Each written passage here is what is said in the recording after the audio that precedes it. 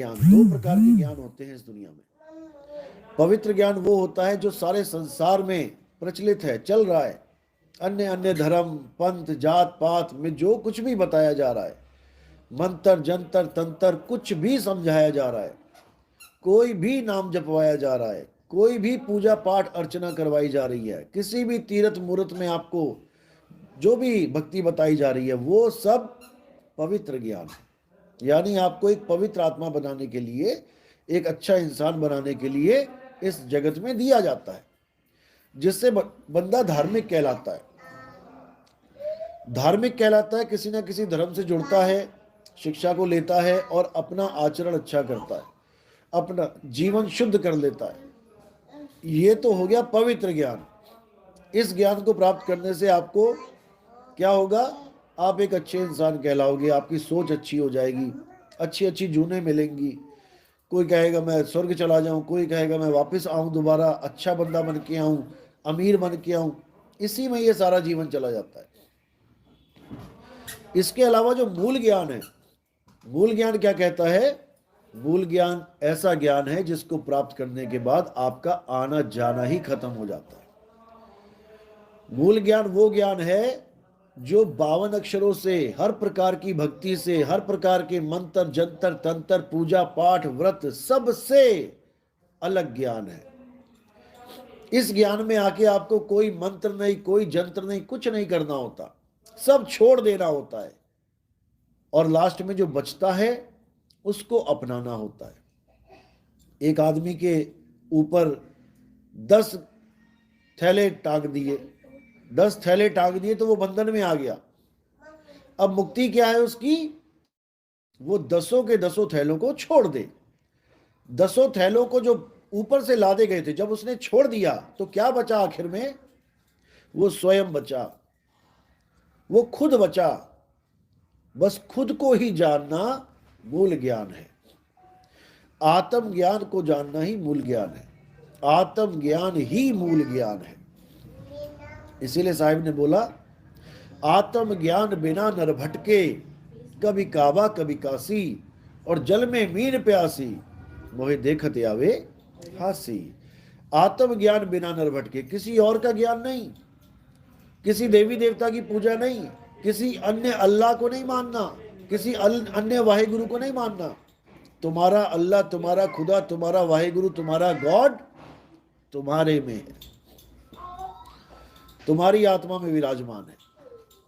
साहिब ने बोला, ज्यों तिल माही तेल है, तिल के अंदर तेल है।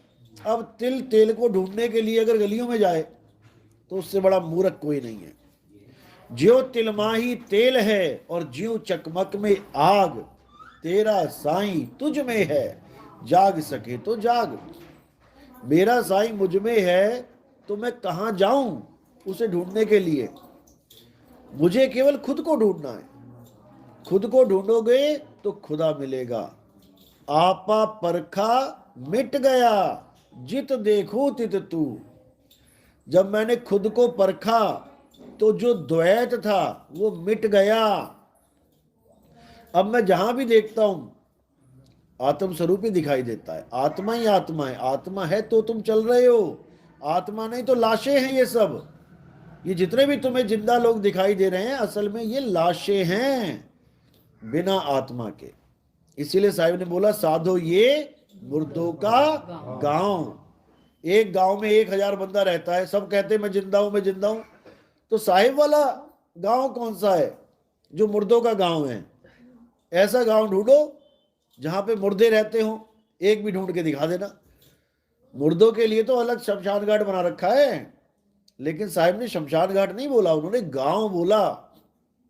मुर्दों का गांव, ये दुनिया मुर्दों का गांव है। यहां सब मुर्दे रहते हैं, सब एक दूसरे को शरीर मान रहे हैं। शरीर क्या है? मुर्दा। मैं अपने आप को शरीर मानूं तो मैं मुर्दा, किसी और को शरीर मानूं तो वो मुर्दा। मुर्दे ही मुर्दे आपस में बात कर रहे हैं, मुर्दे ही खा पी रहे हैं, मुर्दे ही मुर्दों को पैदा कर रहे हैं। ऐसा खेल चला हुआ इस मुर्दे का, इस गांव में। और हम इस मुर्दों के गांव में फंस गए हैं, भ्रमित होके फंस गए। देव निरंजन सकल शरीरा, तामे भ्रम भ्रम रहल कबीरा। इन मुर्दों के गांव में फंस गया ये जीवात्मा। अब इसको ऐसा कोई गुरु नहीं मिल पा रहा जो मुर्दों से हटा के इसको जीवित की, जिंदा की भक्ति करा दे। जैसे बाबा नानक को एक मिले थे, उनका नाम था जिंदा बाबा। जिंदा बाबा यानी जो मुर्दा नहीं है। और हमें जो मिल रहे हैं वो सारे मुर्दों की पूजा करवा रहे हैं। मुर्दे की फोटो खिंचवाते हैं और लगवा देते हैं मंदिर में। अब उसकी दिया करो, अगरबत्ती करो। किसकी कर रहे हो? मुर्दे की, शरीरों की। शरीरों को नहीं पूजना है।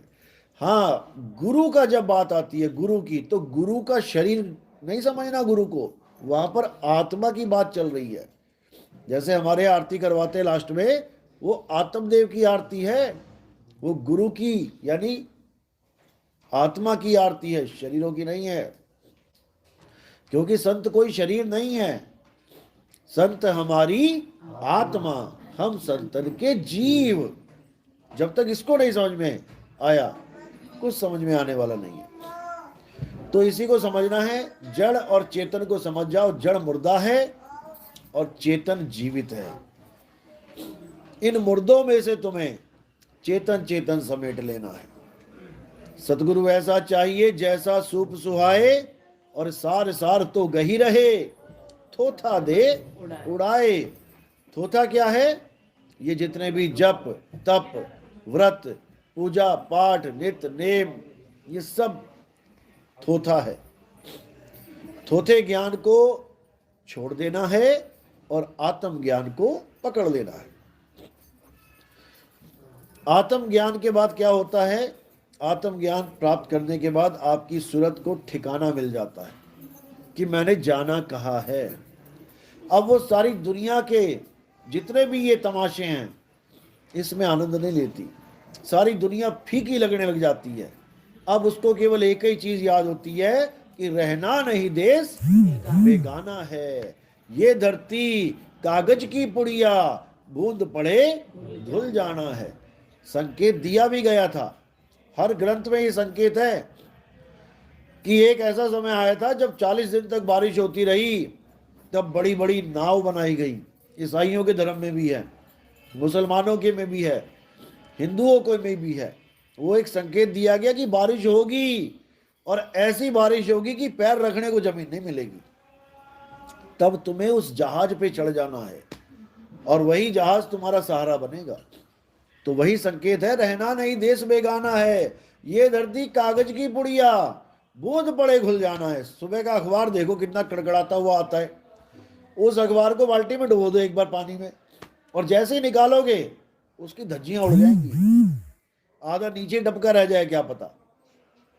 तो ऐसी ये दुनिया है जो हमें सॉलिड लग रही है, पानी पड़ते ही दलदल बन जाता है, और जाना पानी बड़े घुल ही जाती है पानी में। तो कहाँ रहोगे, कहाँ मकान बनाओगे? मकान जो अपना असली है उसको जान नहीं पा रहे, और जो नकली मकान है, पत्थर है, मिट्टी है, ये शरीर है जो एक दिन खत्म हो जाएगा, उसको अपना असली घर मान बैठे। और असली घर जाने के लिए मंत्रों को, जंत्रों को, इसको पकड़ के बैठे, कभी कल्याण होने वाला नहीं है। साहिब कह रहे हैं कि गुरु ऐसा चाहिए जो सारे मंत्र छुड़वा देवे, रटने को दे ना कि सारी उम्र तुम उसी को रटते रहो। सोई गुरु पूरा कहावे, दो अक्षर का भेद बतावे, एक छुड़ावे एक लखावे, तब प्राणी निज घर को जावे। तब तुम्हें मिलेगा वो निज घर, तब समझ में आएगा कि मैं रहूंगा कहाँ। अभी जैसे अपना घर छोड़ के यहाँ आए हैं कुछ समय के लिए, फिर वापस चले जाएंगे, ऐसे ही ये दुनिया है। आए हो कुछ समय के लिए शरीरों में, फिर वापस चले जाओगे, लेकिन वापस नहीं जा पा रहे हो, वापस यहीं आ रहे हो। इस आने जाने को रोकना है। कैसे रुकेगा? जब निज घर मिल जाएगा। नहीं तो किराए के कमरे तो शहरों में बदलते ही रहते हैं, एक छोड़ा दूसरा, दूसरा छोड़ा तीसरा, तीसरा छोड़ा चौथा पकड़ा। लेकिन निज घर, एक बार अपने घर पहुंच जाओ, अपना मकान बना लो, अब कौन निकालेगा? कोई नहीं निकाल सकता। तो इस जीव आत्मा का निज घर क्या है? इस जीव का निज घर क्या है? वो परम पद, वो सार शब्द। उस शब्द में ये रहेगा तब इसकी मुक्ति होगी, नहीं तो नहीं, कुछ होने वाला नहीं है। जिसको बोला जाप मरे अजपा मरे अनहद भी मर जाए, सुरत समाए शब्द में। किसी सतलोक में नहीं कि सोचो सतलोक में लेके जाएंगे गुरुजी, क्योंकि वाणियों में तो सतलोक, अलख लोक, अगम लोक, अनामी लोक तक का जिक्र है। फिर तो 4-4 लोक हो गए, और उन 4 लोकों में रहने वाले 4 पुरुष है, सतपुरुष, अलख पुरुष, अगम पुरुष, अनामी पुरुष। फिर तो परमात्मा ही 4 हो गए। और साहिब कह रहे हैं भाई रे 2 जगदीश कहां से आया, कहो कौन बोराया। वो कह रहे हैं कि 2 के पीछे झगड़ा मचा हुआ था सारा, हिंदू मुसलमान का, ईसाई का, सिख का। यहां पर तो 4 बना दिए। तो इसी को, इस भ्रम को तोड़ देना है। किसी सतलोक को नहीं जाना है, किसी अगम लोक, अलग लोक को नहीं जाना। कोई गुरु तुम्हें भरमाए कि सतलोक लेके जाएंगे, उसको कहो भैया तुम पहुंच जाओ, हमारा साईं हम में है, मेरा परमात्मा मेरे पास है। तुम्हारा वाला होगा सतलोक में। साहिब कह रहे मोह को कहां ढूंढ रहे बंदे, मैं तो तेरे पास में। तो सतलोक कहां जा रहे हो? बस इसी को समझना है। सारे भ्रम इसी से टूट जाएंगे, लेकिन तब टूटेंगे जब विवेक जागेगा। विवेक जागेगा तो सारे भ्रम तोड़ देगा। इसी को बोला है कि जब तक तुम्हारा विवेक नहीं जाना, सो नर पशु समाना।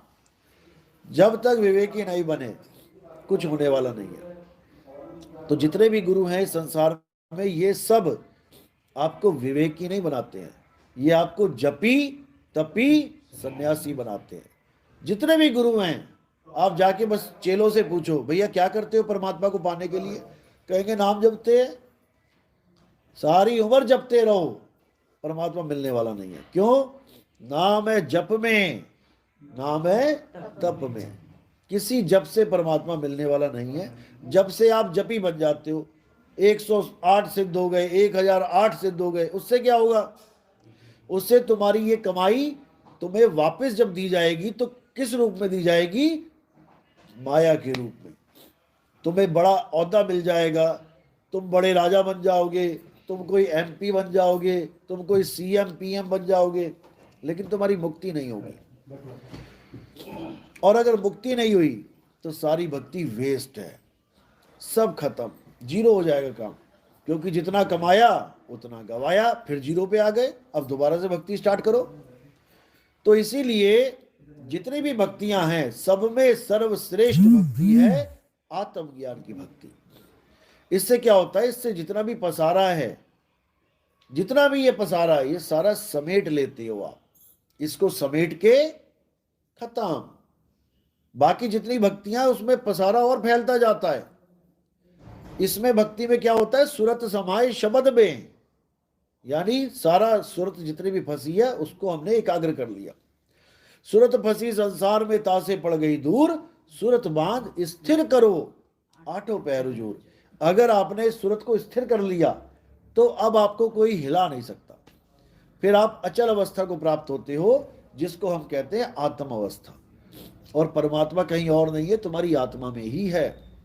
इसीलिए कई संतों ने बोला आत्मा सो परमात्मा, लेकिन जीव आत्मा सो परमात्मा नहीं है।